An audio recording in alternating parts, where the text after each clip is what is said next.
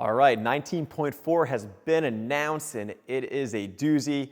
It's 2 different 3-round workouts with 3 minutes rest in between with a 12-minute cap. So we got 3 rounds of 10 snatches, and I'll say why, I'll put it in quotes. 12 bar facing burpees, you rest 3 minutes, so there's a tie break time after that. You rest 3 minutes, and then you have 3 rounds of 10 bar muscle ups and 12 bar facing burpees, and there's a 12-minute time cap, including that rest, which means you have to move on this, and we'll talk about that a little bit kind of time-wise. Well, figure you have to do 6 rounds of a workout in 9 minutes or less to get through this. So do the math, you kind of figure it out.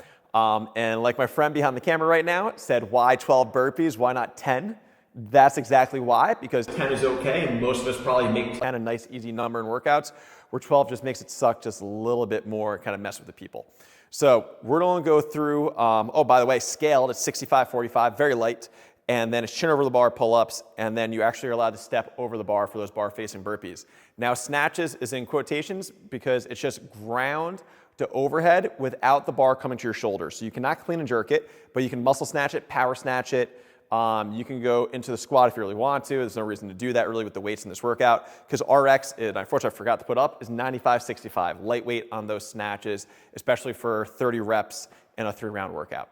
So let's talk about the warm-up that we want to see people doing, and then we'll talk about how to strategize this, what we want to see out of you, as well as our moms. So we're going to go over our moms first after this warm-up, and then we'll get into some little strategy tips and stuff like that for you.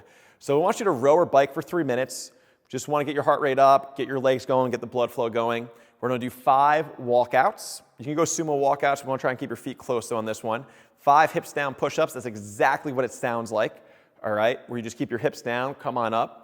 10 alternating groiners. That's that mountain climber, but where your feet come outside your hands, you get a nice stretch to your hips.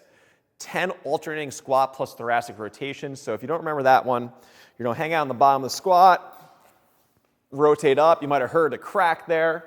The goal is to try and keep your heels down if you can. You can even hold on to a barbell, help anchor you down. 10 PVC Pass Throughs.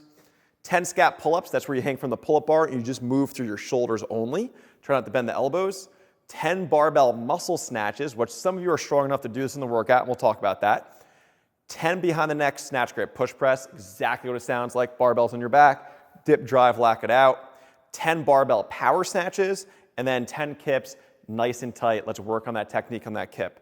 Now, when it comes to WOD prep, what I'm personally gonna do is 2 to 3 rounds, increasing in weight and intensity. So we want you to practice moving fast before you have to move fast in the workout. 5 touch and go snatches, again, whatever variation you want, muscle, power, go into the squat if you want to make it harder on yourself. 5 bar facing burpees, and 2 to 5 bar muscle ups. Now, before I go through strategy and everything, just remember, I am not a representation of the CrossFit Games, so please check all the standards. I know last week I made a little mistake with the step ups. Sorry about that. Please make sure you look at all the guidelines and rules. Now, we're going to talk about our moms first, all right? So for the moms, the pace on this, I don't want you to do, now this is for anyone who's currently pregnant or had a child recently and is still coming back to working out. Now, we don't want you to go at this as a sprint, which is what it's designed for. We'd rather see you go 12 minutes, nice controlled pace. If I ask you a question, like, where were you born? What street did you grow up on? What was your home address? You should be able to answer me with a complete sentence. Remember what you're training for. You're not training for the best score on the board. You're training to stay healthy and fit for your pregnancy, or you're on your road back to getting fit and healthy. And we don't want to shortcut the shortcut, okay? Now for the snatch, if you're showing, right, that belly starting to show, we're going to get rid of the barbell. We're going to do rushing kettlebell swings. If that feels uncomfortable when we're down the bottom of that kettlebell swing, depending on how your belly's showing, we're going to switch to alternating hang power snatches with a dumbbell. A lot easier to control. We don't have that big hinge. We don't have as much pressure that way.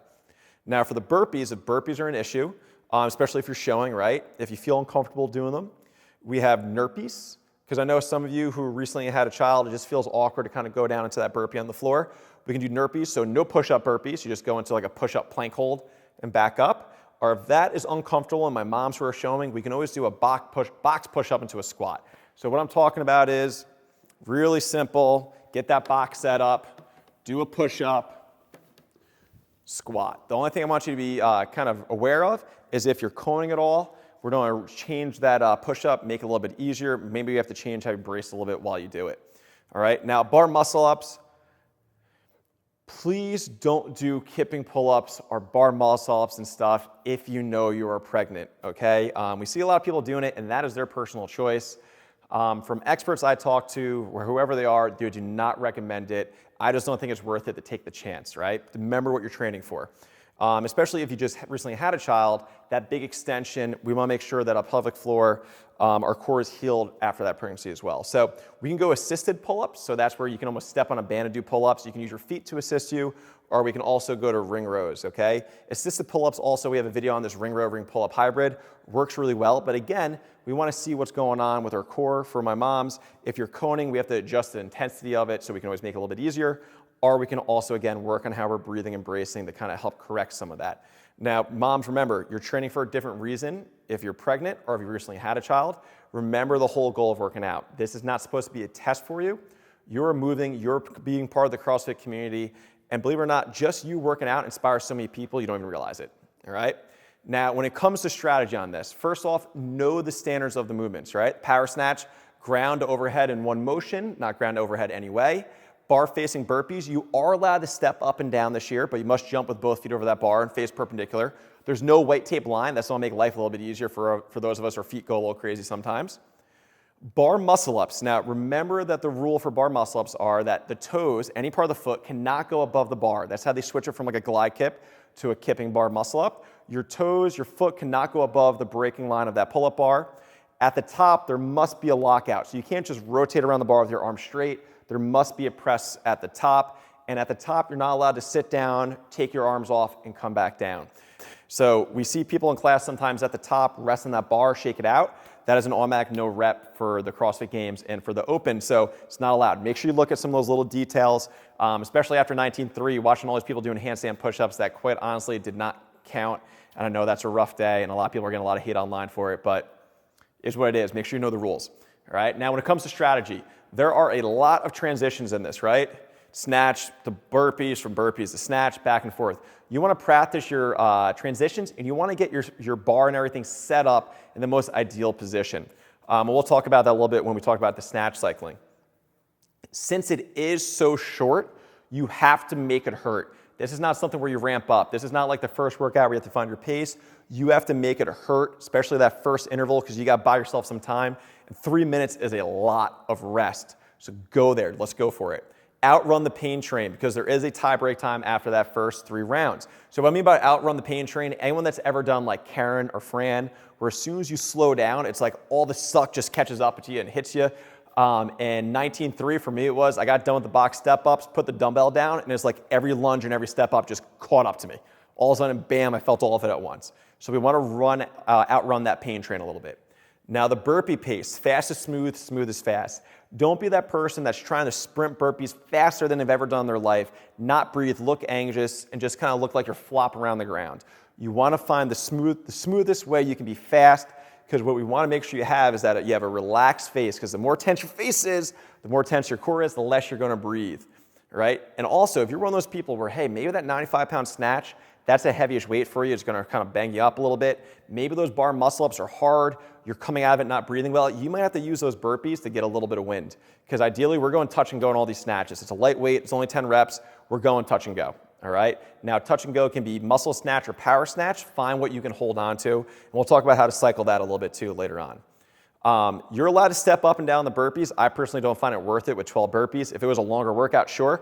But with a short workout, don't do it. We're going to cover how to lower the bar in snatches so you can breathe and cycle it well without kind of crashing into yourself every rep. If you're one of those people where when you get to the bar muscle-ups or the pull-ups or the chest to bar, depending on your division, if grip is a major issue, you might want to play around with kind of doing like 3 or 4 power snatches drop, 3 or 4 power snatches drop, finish it with 2 to 4, right? Or 2 to 3, wherever it happens to be math-wise. So that way you're not burnt out. You can hang on to that pull-up bar for a longer period of time. Now, for my friends that are really attacking this, you got bar muscle-ups, ignore that. You got to hammer it. Go for it, okay? The only thing we want to make sure is that you're not failing any reps during this, okay? So that's up to you. Some people 10 bar muscle-ups, ain't no thing, got it. For a bunch of us, it's going to be broken up, and that's fine. But we're going to break it up in a way that we can hop back up, hop back up. And my muscle-up friends, remember, that first muscle-up is usually the hardest. It's easier starting from the top. So don't waste that. Don't do 1 rep at a time on those bar muscle-ups. If you can bang out 2 or 3, it is well worth it. All right? Now, when it comes to strategizing how we're gonna power snatch, excuse me, and how we're gonna set up our space just to gain a little time, because if you think about it, if you do 90-second rounds on the first part, which isn't necessarily that fast for the first part for some of you, 3 rounds, 90 seconds each, you are at 4.5 minutes. Plus the 3 minutes rest, you're at 7.5 minutes. You now have 4.5 minutes for the second part. So you have to move on this first part. I didn't see what the times were with Vellner and everyone else going. Curious, comment below if you saw the times on it, what the rounds were, but they had to be moving fast, all right? So with that the case, let's pretend like this is a bar that you can do bar muscle ups on. We wanna set up our barbell.